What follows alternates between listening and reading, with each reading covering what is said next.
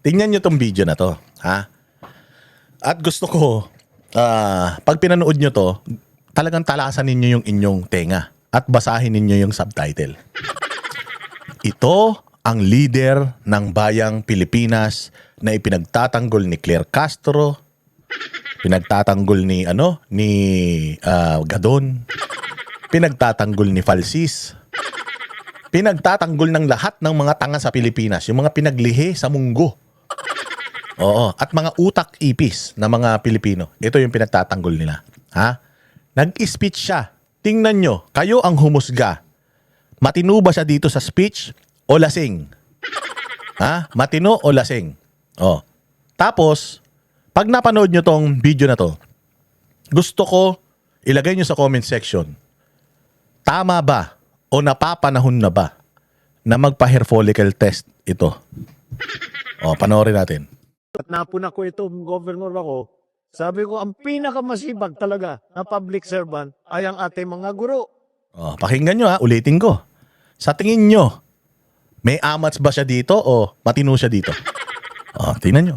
At napuna ko ito, governor ako, sabi ko, ang pinakamasibag At napuna ako to ng gobernador ako. Inang aga-aga. O, sige. talaga na public servant ay ang ating mga guro. Dahil, bukod sa inyong trabaho sa eskwelahan, na inaalalayan, inaalagaan, tinuturuan ng ating mga kabataan, O, ito, kausap niya, teacher ha. Kausap niya dito, mga teacher. O, yung mga guro. Nag-speech siya. O, tingnan nyo. Ulitin natin ha. O, tingnan nyo kung matino. at napuna ko ito, governor ako, sabi ko, ang pinakamasibag talaga na public servant Pumipiyok pa eh. ay ang ating mga guro. Dahil, bukod sa inyong trabaho sa eskwelahan, na inaalalayan, inaalagaan, tinuturuan ng ating mga kabataan, na napakahalagang trabaho, lahat ng ibang trabaho, kailangan din kayo ang gagawa. Kailangan din kayo gagawa. O, tingnan nyo, ano sasabihin niya rito ha? Bukod sa mga pagtuturo sa mga estudyante, lahat ng trabaho kayo din ang gagawa. Ano yung mga trabaho na yan? Ano? Kayo ang yun ang sinasabi ko, kayo ang gumagawa ng turito niladang pansit. Anong turit? Putang ina. Ano? Turito nilagang pansit? Putang ina niyan. Anong klase yan? Ulitin natin ha. Ha? Oh. Tinuturuan ng ating mga kabataan na napakahalagang trabaho. Lahat ng ibang trabaho, kailangan din kayo ang gagawa. Kayo ang yun ang sinasabi ko, kayo ang gumagawa ng turito niladang pansit para mampakain doon sa mga mambisita. Turito nilagang pansit. Okay ng ina niyan. Ha? May bisita? Ano ba talaga? Teacher, nag-aalaga ng mga estudyante. Bukod sa pag-aalaga ng mga estudyante, kayo ang gumagawa ng mga tuni-tuniladang pansit. Anong putang ina tuni-tuniladang pansit? Paano nagkaroon ng tuni-tuniladang pansit sa eskwelahan? Okay ng ina niyan. Ulitin natin, baka hindi lang natin naintindihan. Lahat ng ibang trabaho, kailangan din kayo ang gagawa. Kayo ang yun ang sinasabi ko, kayo ang gumagawa ng turito niladang pansit para Ay, lasing, parang lasing, no? Kayo ang gumagawa ng turito niladang pansit para mapakain sa mga bisita. Puking ina, sinong bisita? Wala namang bisita, ano yung bahay? Eskwelahan yan eh. Eskwelahan? Kayo, yung mga teacher, ang gumagawa ng turito niladang pansit para sa mga bisita? Ina, ang ganda ng item. Saan galing yan, ha? Ulitin natin. Baka lang hindi natin naintindihan. tinuturuan ng ating mga kabataan na napakahalagang trabaho. Lahat ng ibang trabaho, kailangan din kayo ang gagawa. Kayo ang yun ang sinasabi ko, kayo ang gumagawa ng turito niladang pansit para mampakain doon sa mga mambisita. Kayo yung mga nasusugatan na yung mga daliri sa kakatamtax doon sa mga tablecloth para may magandang uupuan ng ating mga bisita. Ay, nakita mo si ate, oh. Sinasabi nito. Putang ina, anong bisita? Wala kaming bisita. Meron kami estudyante. Ano to, catering? Nasusugatan mga daliri, kakatamtrax sa, tela. para sa mga bisita. Naghahanda ng tuni-tuniladang pansit para sa mga bisita. Putang inan yan. Ang gulo na ng Pilipinas. Dumagdag ka pa.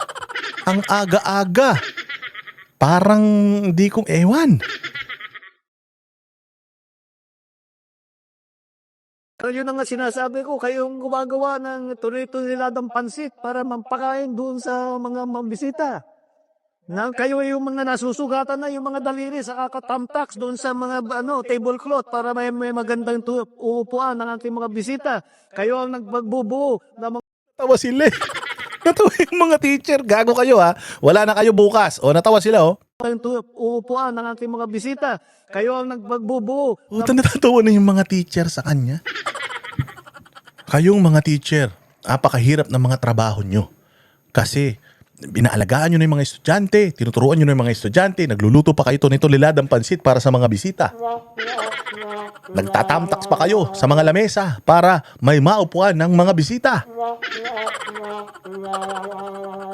Nasa ibang planeta ba to? Sa tamang utak pa ba to? Now, again, I will ask you this question. Do you think now is the right time to at least maglabas sila ng totoong medical condition ng Pangulo? Or dapat ang Pangulo,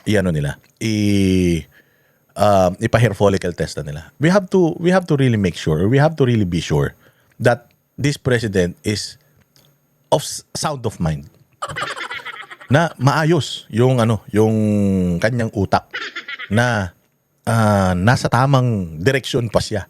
Kasi kung speech na nga lang, ganito nangyayari sa kanya, what more kung decision making na patungkol sa mga kakaharapin pa nating problema in the future. PBM supporter ka pa rin ba after nito? Sabi ko nga sa iyo, maraming mga moments si Pangulong Duterte na nagmamumble na rin siya before matapos yung kanyang term because talagang yung presidency took a toll on him. Pero nakita natin si Pangulong Duterte nagtrabaho siya during his term. Ito hindi. Mantakin mo, yung pagiging presidente took a toll on you nang wala kang resulta, wala kang ginagawa.